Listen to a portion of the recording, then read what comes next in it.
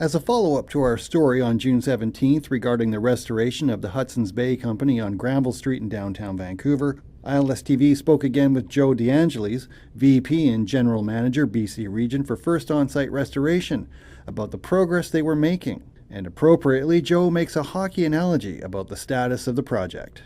We're changing up lines right now. So the emergency line is going off ice and the rebuild line's coming on ice. But we got the bay back up in operation so they could open the store that day. And it was late morning.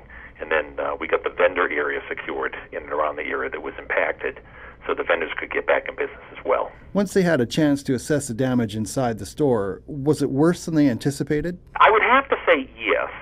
But, knowing the extent of what happened and knowing that looters went into the building and they started setting up, then the fire, I'm not saying they set off the fire alarms, but something triggered the sprinklers to go off. You knew there was some damage up in both the first floor and the second floor. What that amounted to, and if you can picture, and you've been through the retail stores as well as I have, certain departments in that area that's closest to the outside the perimeter were affected, and departments on the upstairs, I don't know. Don't quote me, it may have been men's furnishings, I don't know. Okay. But those departments themselves were impacted by the sprinklers mainly.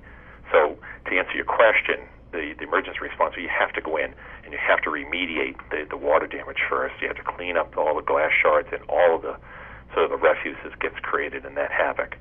And then what you're trying to do is you're trying to prepare yourself to accomplish the rebuild phase as quickly as possible. As far as the completion date for the project, Joe says it's all about getting the right materials. The answer is materials dependent.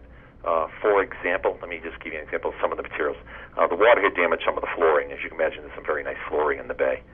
So much so that when you remove it, you have to replace it with like kind. We're looking at right now at, for example, on flooring getting some air freighted into us. And the moment that arrives on site is the moment we begin to put it down. As the last question, we asked Joe how he felt about volunteers coming down to help with the cleanup in some of the other damaged areas around the downtown core. Oh, it was absolutely gratifying. It shows the heart and soul of Vancouver.